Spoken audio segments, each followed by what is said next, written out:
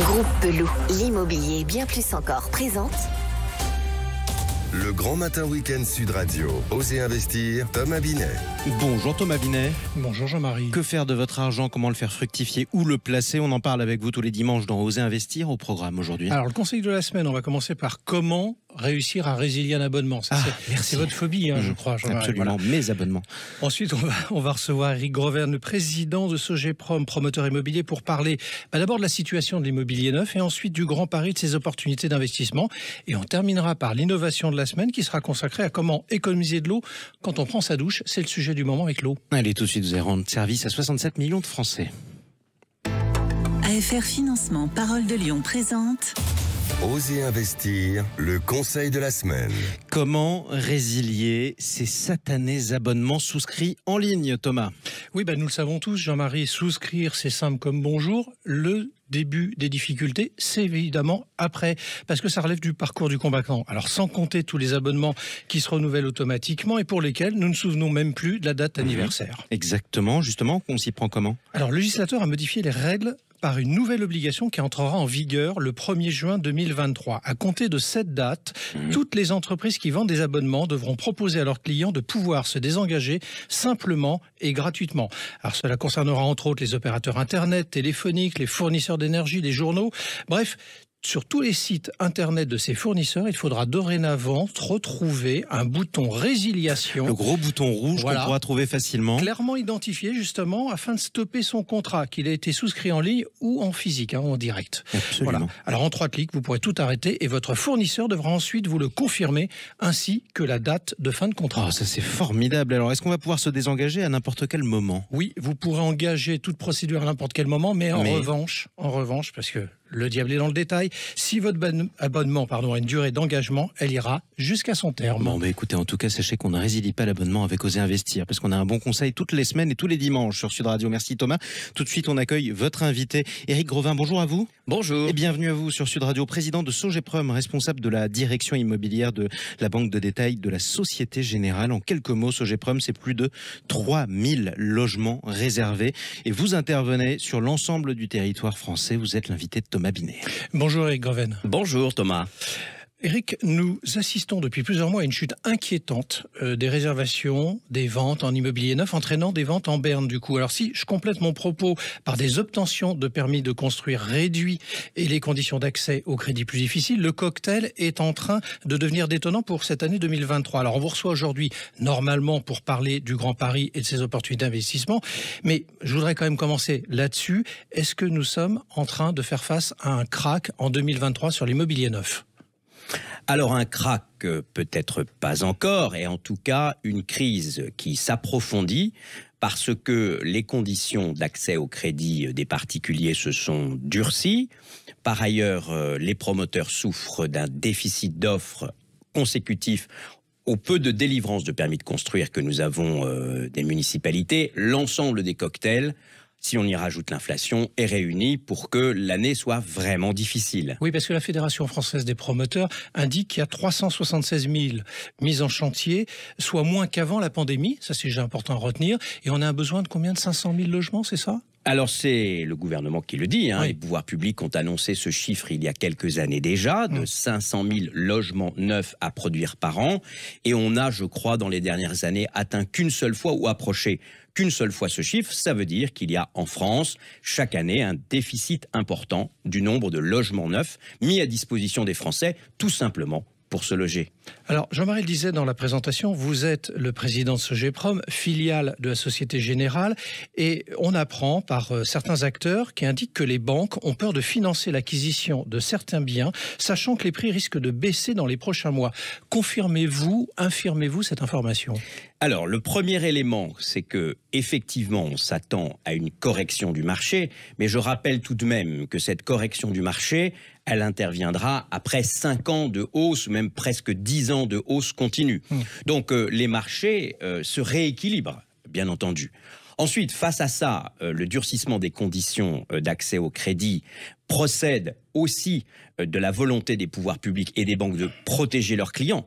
Principalement pour être certain de ne mettre aucun ménage en difficulté du fait de ne plus pouvoir rembourser son crédit face à la valeur des biens dont on peut penser qu'elle va effectivement subir une correction. Alors, de 5% pour les meilleurs biens à 10-15% pour les moins bons. Alors on va parler du Grand Paris maintenant, Éric Greven, parce que c'est aussi pour ça qu'on vous recevait ce matin. Vous êtes un spécialiste reconnu sur ce sujet du Grand Paris. À l'horizon 2030, on doit découvrir un nouveau Paris. Les frontières de Paris vont s'élargir. À quoi ça va ressembler en quelques mots pour quelqu'un qui nous écoute ce dimanche matin ? Alors, le Grand Paris, lorsque les 68 gares du Grand Paris Express auront été livrées, n'aura plus rien à voir avec ce qu'il est aujourd'hui. Parce qu'aujourd'hui, finalement, Paris et les couronnes sont un vaste chantier. Et on n'en a que les nuisances et pas encore beaucoup d'avantages. On a déjà vu d'ailleurs avec les tramways qui ont été mis en circulation il y a quelques années déjà, l'amélioration considérable de ce que représente un système de transport développé. Et du point de vue architectural, on verra de nouveaux quartiers sortir de terre avec des formes différentes de celles que l'on connaissait. Une programmation beaucoup plus mixte des quartiers qui mêlera les hôtels, les commerces, les bureaux, les logements. Une espèce de nouvelle ville qui va se reconstruire sur la ville. C'est ça que le Grand Paris, dans 10 ans, commencera à ressembler. Et ça aura mis 30 ans. Et ça aura mis 30 ans, mais quand vous regardez le temps que l'immobilier prend d'une manière générale, il n'y a rien d'étonnant à cela. L'immobilier, c'est une activité humaine de temps long, et pour faire une ville, il faut 30 ans, au moins. Oui, parce que ça a pris du retard, on est bien d'accord. Ça a pris du retard normalement parce qu'il y a eu d'abord l'interruption du Covid. Ensuite, le redémarrage a été plus lent, mais ce redémarrage s'est trouvé lui-même gêné par la crise en Ukraine, l'augmentation des prix. Bref, la conjoncture qui était très favorable au fond jusqu'en 2020 est devenue singulièrement compliquée ces 3 dernières années, et 2023 à cet égard, ne devrait pas montrer d'amélioration sensible. Alors, vous le disiez, c'est dans cette nouvelle métropole qu'on va découvrir dans quelques années, donc, immobilier commercial, immobilier d'entreprise, immobilier de logement. Est-ce qu'il y a des vraies opportunités pour demain un investisseur ou quelqu'un qui souhaite accéder tout simplement à la propriété ? Alors, de façon évidente, d'abord, l'immobilier reste l'un des placements préférés des Français, et l'Île-de-France en général, mieux desservie par les transports en commun, reste une terre d'investissement privilégiée. Les marchés de l'immobilier sont des marchés cycliques. La phase de correction qui s'engage aujourd'hui sera suivie d'une autre phase de croissance. Et à mesure que les infrastructures de transport seront livrées, eh bien, certaines zones retrouveront de l'attractivité, en particulier celles qui sont désenclavées par les nouvelles gares dans l'Est et dans le Nord de Paris. Alors, est-ce que justement, ça va permettre de rééquilibrer les prix ? Parce que là, on va avoir un choc d'offres, du coup.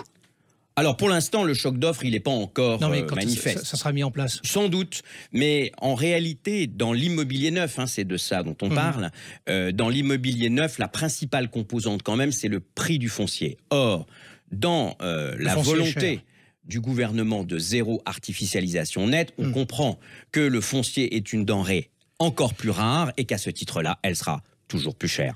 Est-ce que c'est le moment d'investir, Éric Greven, au-delà du Grand Paris, au moment où on se parle, malgré toutes les difficultés dont on entend parler dans les journaux tous les jours ? Eh bien, moi, je crois que oui. Parce que quand un marché corrige, c'est là qu'on fait de belles opportunités. Je vous donne un seul exemple.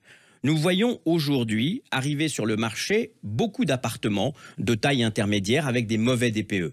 Si vous avez les moyens de transformer ces appartements ou ces copropriétés pour les mettre au niveau de ce que sont les nouvelles exigences énergétiques, alors votre patrimoine prendra de la valeur au moment où vous pourrez les remettre en location ou à la vente. Merci Éric Greven d'être passé du côté du studio d'Oser Investir sur Sud Radio.